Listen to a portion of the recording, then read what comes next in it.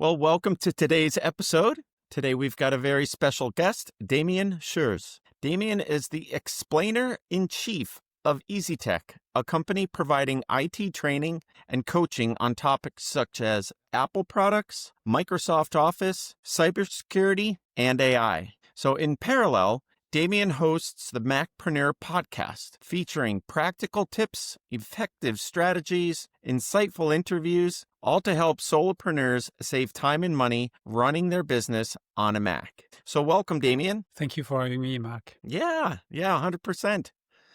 And for those of you just joining the podcast, we at Strativa AI help businesses scale their revenue over 12 months using AI. So if you'd like to learn how to take your business to the next level, be sure to stick around for future episodes. And if you're interested in a free growth consultation, just drop the word growth into the DMs below. So Damien, again, welcome. And could you please tell us a bit more of your background, kind of your journey that got you to where we are today? Yeah, so I have a background in mechanical engineering and actually material modeling. And I've had an 18 years career for a Fortune 500 company, a US headquartered company, but with a research and development facility here in Luxembourg, where I'm living. And it was not 18 years, I think it was 15 years or 14 years after I started. Actually managed to have my employer allow me to start a business on the side. So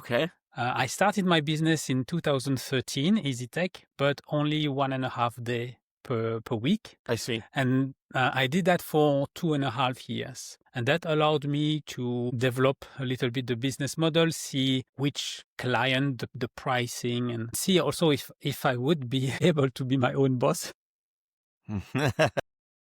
And that was good. And so in September 20, I really became 100% independent and had my own business full time. Fantastic. And so now with your own business, what do the services look like that you're offering? Yeah, so today it's, I would say, 80% corporate trainings, and it's still 20% what I was doing at the time when I started EasyTech, which is Apple consulting. So I started, it was mostly B2C consulting as an independent Apple consultant. I'm not affiliated with Apple at all. Even you just know their product really well, is that exactly? I'm a fan. Yeah. Hence the Macpreneur podcast. I'm really a big Apple fan. And yeah, me too. Even though, I managed to find clients, I realized a few years in that I didn't really like the job, in the sense that it was always ad hoc and different solutions or different problems. And when I switched from B2C consulting to B2B consulting, I became very quickly the IT guy, the IT person for those small businesses, and gone was my freedom, my time freedom, you were like on call for tech support 24. Exactly. The reason why I left corporate to become independent, I had completely lost it again. All over again. And so that's when in 2018, I started the pivot, and 2019, that's where I started to have clients for the Microsoft Office training, which is what I started. And then I developed my own cybersecurity curriculum, especially a smartphone security training program. And nowadays, yes, I'm also developing AI training modules as well. I see. You mentioned that, is it 80% of your business is kind of on the corporate side? Yes. Nowadays, yes. Now I completely flipped the revenue generation, the business model. And my goal for the next 12 or 24 months will be to expand the Macpreneur brand and to start expanding internationally.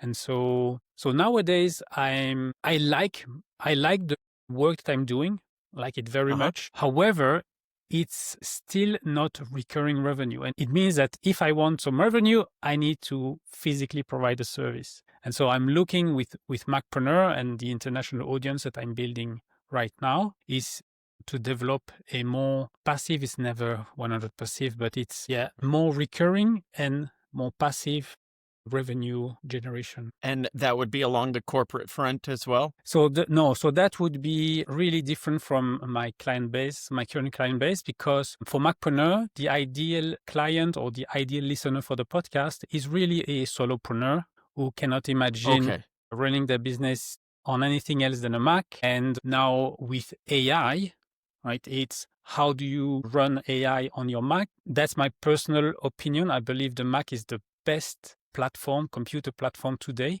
to be able to run AI models locally. And so why is that? 100% private rather than sending stuff to the cloud. Okay. So why do I believe the Mac is the best platform? Simply because of the processor architecture that Apple developed and that comes from the iPhone. And they have developed what is called the Apple Silicon family of chips. And it's basically an iPhone chip, but with more cores, so more power and more memory. And I had to get a new Mac to do this podcast. My old Mac was 8 years old. It was still performing well. And then as we're utilizing Riverside here, I came to find out that it requires at least 8 cores. Mm-hmm. And back in the day when I got my MacBook Pro, I got a dual core processor and okay, great. Whatever that means, now I've got 2. Riverside requires 8. And so the new computer that I have is 10. So there we go. Yeah. And nowadays, so the Apple Silicon chips, the Mac chips are Apple chips with many more cores. But the innovation that was very good with the iPhone and that came to the Mac is the shared memory architecture. So what does it mean, right? Typically in a Windows PC, you have a motherboard with the processor and the RAM, the memory. And then if you want to do graphics computation, so usually gaming, but nowadays AI, right? If you want to run local AI models, those do not run well on the CPU. You need a beefy GPU, graphical processing unit. However, those GPUs, the consumer GPUs, so for gaming, they come with a limit of usually 12, sometimes 16 gigabytes of built-in memory for the GPU. So the memory for the CPU is separate from the memory from the GPU. Whereas with the Apple chips, it's a shared memory architecture, which means that if today you buy a Mac with a 64 gigabyte memory, a processor that has gigabytes of memory, those gigabytes, they can be used for the CPU and the GPU. And on top of that, since 2020, on the Mac, we have what Apple calls a neural engine. So these are little cores specifically for machine learning tasks. So for AI-related tasks. So since 2020, all the iPhones, iPads, and Macs chips processors, they are AI native, right? Nice.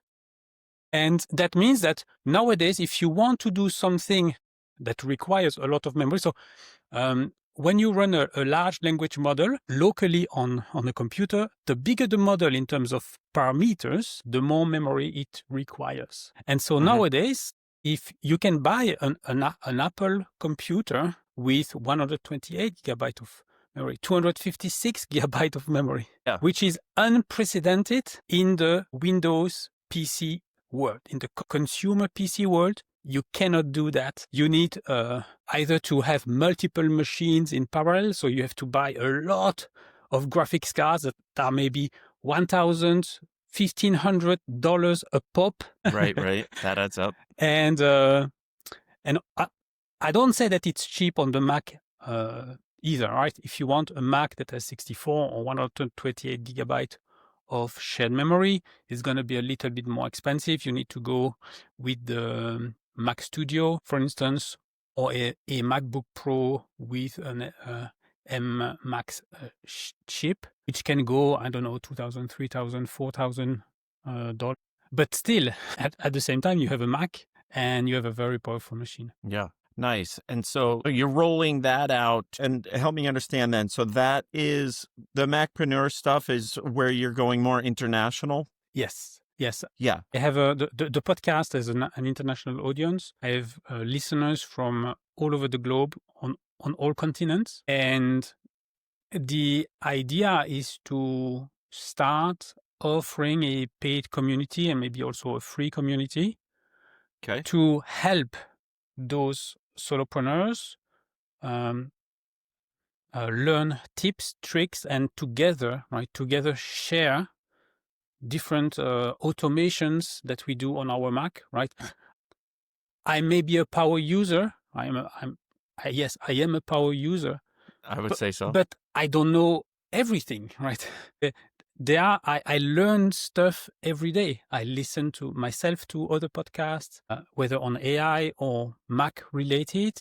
And it would be nice to share with fellow solopreneurs how they are using their Mac and how they are finding these little tricks to be more productive and save time and use the AI on their Mac. I see. Yeah, I didn't really take into consideration how the Mac really sounds like it's got that because of the AI internal architecture for the past 5 years, just knowing that it's inherently stronger to do AI because of that. And I'm sure that, attendees here and then also in your community really probably learn a lot to be able to put that to use the best. So I find that very interesting. And so you're doing that in concert with the work that you're doing more locally in the EU there for corporate. Is that right? Can you speak to that side of things? Yeah, so at the moment, those two branches are completely unrelated. Right. The way I see Macpreneur and what Macpreneur is at the moment is a side. It's a side gig, it's a side activity. Right. It doesn't. It generates a little bit of revenue, but it's mostly affiliate revenue at this point. But the way I see Macpreneur versus EasyTech is at the moment EasyTech is kind of a bridge. Yeah, it's my bridge revenue maker, right? So that's how I pay the bills at the moment. And I don't have a lot of clients, but my clients are very faithful. So what I like about my business model is I don't need a lot of clients. I just need a few clients who book me many training days during the year. And it's a yearly cycle, right? So we are recording this in October 2025, already booked 35 full days of training for next year for one of my clients. And I'm in process of talking with a few other clients about other training sessions. And so when I have a client, then that one client brings me a lot of revenue. As long as the more training sessions they book, the more revenue I get per client. Yeah. And so when you're working them, what is it that you're providing them? And so, it's mainly group training sessions between, let's say, 10 and 20 participants in the training room. And I have a catalog of topics. So Excel from beginner modules to advanced modules, like including macros and VBA and pivot tables and stuff like that. I have the same with Microsoft Word and Microsoft PowerPoint. And basically they organize, which is also nice. They organize the training sessions, and I'm just one of the many training providers, external training providers. For my biggest clients, it's still remote training sessions that I do the most, right? Maybe 60 to 70% of my training sessions are still remote. So my office is in my house. Yeah. And so I log into the online training platform and deliver the training session from home. And from time to time, I go in my clients' offices and deliver the training over there. Wonderful. And how much of that training is geared around some sort of AI implementation or AI usage? At the moment, very little. It's mostly AI introductions and basic LLM prompting and stuff like that. And it's very few sessions at the moment. I'm more known for the Microsoft Office stuff, right? And one of my, let's say, strong suit is the fact that because I worked for 18 years for an American company, and I had to write reports in English and do presentations in English and use the Microsoft Office suite in English with the English version of the interface. Right. I'm also, so usually my clients, they also call me because I can do it both in French and in English. Nice. And in Luxembourg, it's a very, let's say, international community because we have people from Belgium, Germany, France, but actually from everywhere around the world. Yeah. And so as soon as there is a non-French speaker in a training room, then we switch in English and I do the training in. Nice. I love it. Well, you've got a very good, commanding understanding of English. So hats off to you there with your bilingualism. Thank you. My wife is British as well, so that helps. That helps as well. Even though we speak in French together, but when we go back to the UK. Yeah. and oh, that's great. I don't watch TV a lot. The only thing we have is the British satellite channel. So anyway, what I watch on TV is in English. Nice. Okay. And so what sort of challenges have you faced, maybe just internally putting together some AI workflows, or with some sort of those more commercial companies that you're working with, knowing that you're not teaching AI, but as the challenges have come up, do you have any takeaways that you could share, any lesson learned about any challenges that the AI may have given you? Yeah, so one thing, so I've been a ChatGPT Plus subscribers for a while, and actually almost at the beginning. So I was really relieved when they started offering the Plus subscription for me here in Luxembourg, actually in Europe, because at the beginning, I think it was only limited to the US and Canada. But when they rolled it out for me, I was really, really happy to finally have a paid subscription. And something that now I realize, and I think a lot of people realize it as well when they released ChatGPT 5, the fact that OpenAI has very little experience offering software or online services to people who depend on it, especially businesses, small businesses, or solopreneurs like me. That's when I saw the big difference with Google and Gemini. The fact that suddenly, right, they changed, we didn't have access to the old models. I had created GPTs, so custom GPTs, to help me do my work, and I've completely flipped. And I was like, I panicked. Because I was like, will they work? And I realized, okay, now I need to spend an hour or two testing all my custom GPTs to make sure they still deliver a work the same way that I expect them to work. That's good, though. And on the flip side, because I'm a Google Workspace for Business subscriber as well, I was a bit pissed off at the beginning with Google for pushing Gemini on us, right?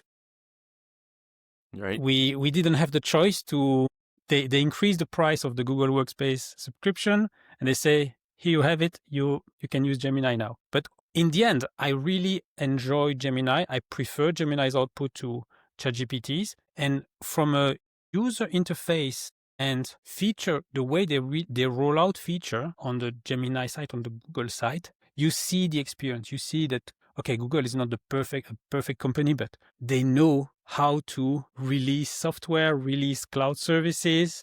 Right.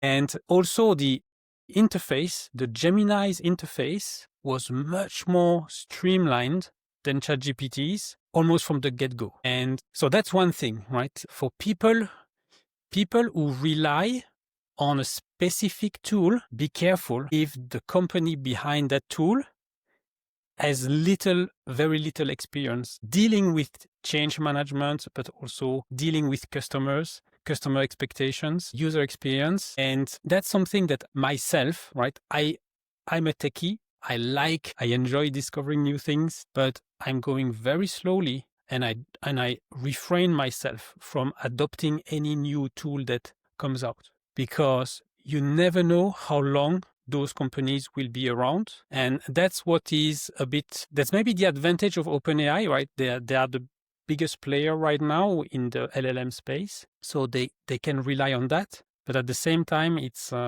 you have to be careful. And the way I cope with that, and what I've done almost since the beginning, is always have multiple LLMs in parallel and run them in parallel. And I have an Apple Note where I have a few standard prompts, and then I will run those prompts through different LLMs and compare the output, and also compare the output over time, right? So we had ChatGPT 3.5, then we had 4.0, and then we had O1 mini, and then the O3, and so on.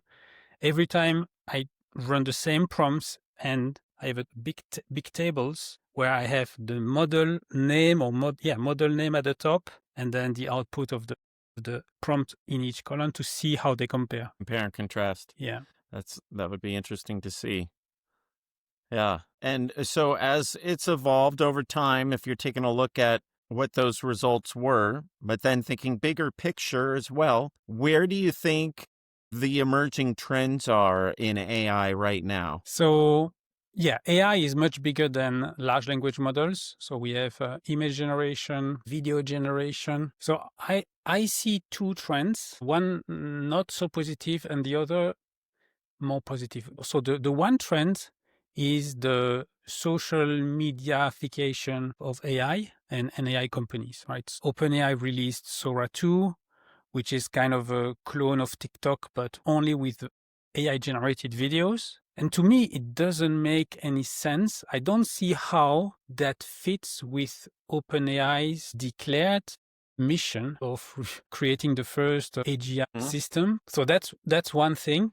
And the other one is the ability for anyone who has a good idea to create software, to create applications, but not necessarily iPhone applications, but could be web applications. It could be any kind of application, but basically they have a problem. They cannot find an app or a service, an online service that off the shelf offers the solutions to them. It's going to be easier and easier to just type or speak to a system, an AI system, which will build the thing for us. And if it's only for us, then it doesn't really matter, right? We don't need, there won't be a feature creep. It will be just very specialized tool that help us. And maybe a third one is, and that's something that I, to be honest, I'm a bit scared of, is the merging of AI and large language model or multimodal AI and robotics, because it's going to happen sooner or later. It's going to happen. I was watching a bunch of, recently there was iRobot that was rebroadcasted on television. Right. I'm watching with Will Smith. I'm watching a TV series called Humans, which is an adaptation of a Swedish TV series which only had one season. And in all those movies and TV series, they were thinking that AI would start as an embodied AI, right? Like artificial intelligence inside a humanoid robot. Right.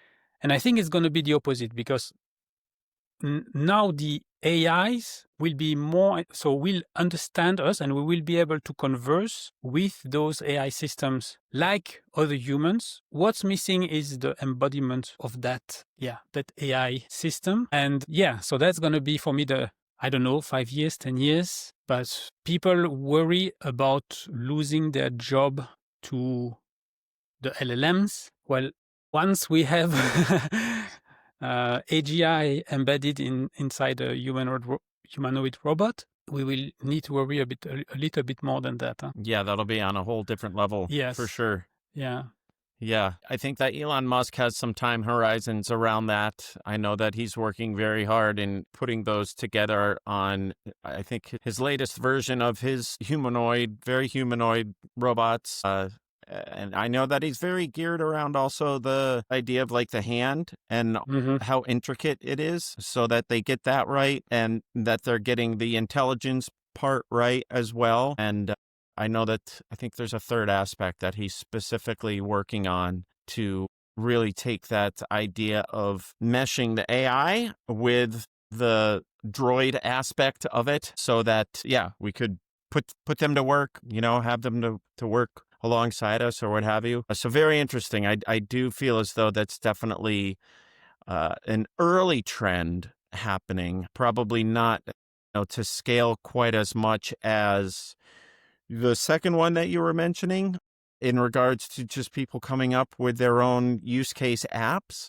And so people that are just doing the vibe coding on Replit or on Lovable and those sort of platforms, I think that one's probably going to come to fruition or to, wider usage earlier as people can just play and tinker with things that are going to make their lives simpler. And then they see that it could roll out to others and maybe be beneficial as well. And there's some very real world cases like that going on right now. As a matter of fact, I forgot what the one is called, but there's a couple that are local, here in the US, like when ice is coming into these, it's called Ice Block, I believe. Yes. And are you familiar with what's going on there? Yeah. So he built that. Yeah, he built it, himself as a very useful tool that has quickly spread just because of the controversy around the subject of ice going into neighborhoods and or cities. And so it really had like a viral spread. And then there's, a lot of pushback by the government now. So that's kind of just one example of how forming an app is very easy these days that has that very targeted use and could still have a lot of impact. So yeah, definitely. And I think it's an exciting time because that gives people's creative minds the ability to help make their lives more efficient, simpler, and therefore for me, it's always about like, how is the AI creating more space in our lives so that we're able to show up in either our business, the thing that we're doing with greater clarity or more impact or serving more customers. But then also because it is gaining our time back, that we're able to spend more time in our community with our friends, with our kids. That's always my big thing is, how are the kids being affected? And so, yeah, I think that's definitely a emerging trend right now as well. That's fantastic. And how do you foresee the relationship between AI and human workers, particularly in terms of collaboration, between like AI agents and humans? How do you see that coming into play in people's job roles? Yeah, I believe that people will be less doers, or they will be less involved in the day-to-day operations, and mundane tasks or repetitive tasks, or frankly tasks that don't really need a lot of brain power, those will be delegated to AI agents, and humans will become more managers, orchestrators, QA, quality assurance people. So I think there will be people at two sides. At the top, managing the AI agents, making sure that they get fed the right input. But then there will be humans at the end of the chain to double check the output. I think it's going to be, well, like in factories, it's going to be spot checks. You cannot you cannot test the quality of 100% of the products that are produced. Right. Yeah, you need to do random sampling. You will do random sampling and spot check. And again, so everything that we know from traditional quality assurance for manufacturing is going to be similar, but looking at the output from agents. And I think that at the beginning, in the short term, you will have subject matter expert fine-tuning the agents. And I see a point where there could be agents creating their own sub-agents.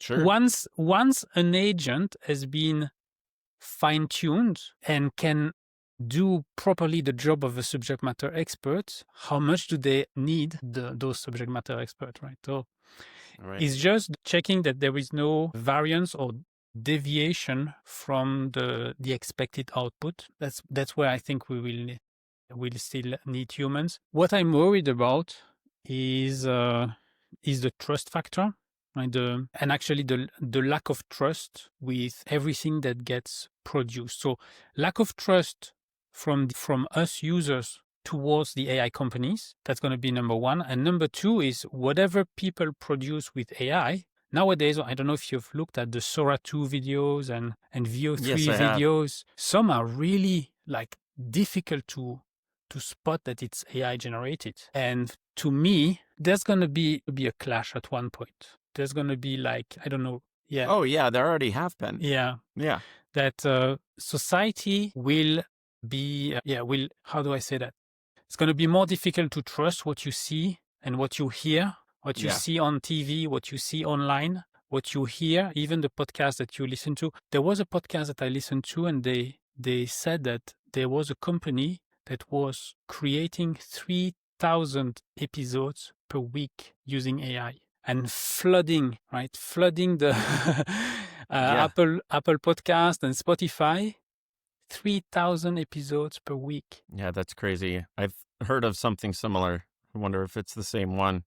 I know that there's the tech out there that's available for people to do that. I don't remember exactly what it is, but it only makes sense, right? Like when you put together some strong prompting and agents, and then you give it the framework of working in a podcast, and then you tell it to, create these episodes, it makes sense. I've heard it in the sense also that like it could be like this, where I'm the guest. I don't know about the visual part, but certainly the audible part, right, is, going back and forth with like a fictitious guest. And then, of course, there's the very simple type where it's just like I know a gentleman and his podcast is personally speaking only for about 10 to 15 minutes and it's just him. There's no guest. And I would think that would be very easy to replicate because then you have just the one voice and it's, in essence, a monologue, and you clone your voice using 11 labs or what have you, and then you parse it out. Yep. Yeah. So as we start to wind things up here, Damien, what advice would you offer to businesses that are, say, at all hesitant about adopting AI into their business in like a strategic spot where they're seeing possibility, but they're not kind of pulling the trigger on it right yet, if you will? Yeah, so I think number one is the why. Why? Because if somebody is hesitant, how do you make them think differently? Because they are hesitant for a reason of multiple reasons. And so oftentimes I hear people saying, yeah, but be careful, your competitors with AI who are already adopting AI will leapfrog you and you're going to be behind. I don't buy that argument too much in the sense that the reality today, it's hard. I think you must see it every day.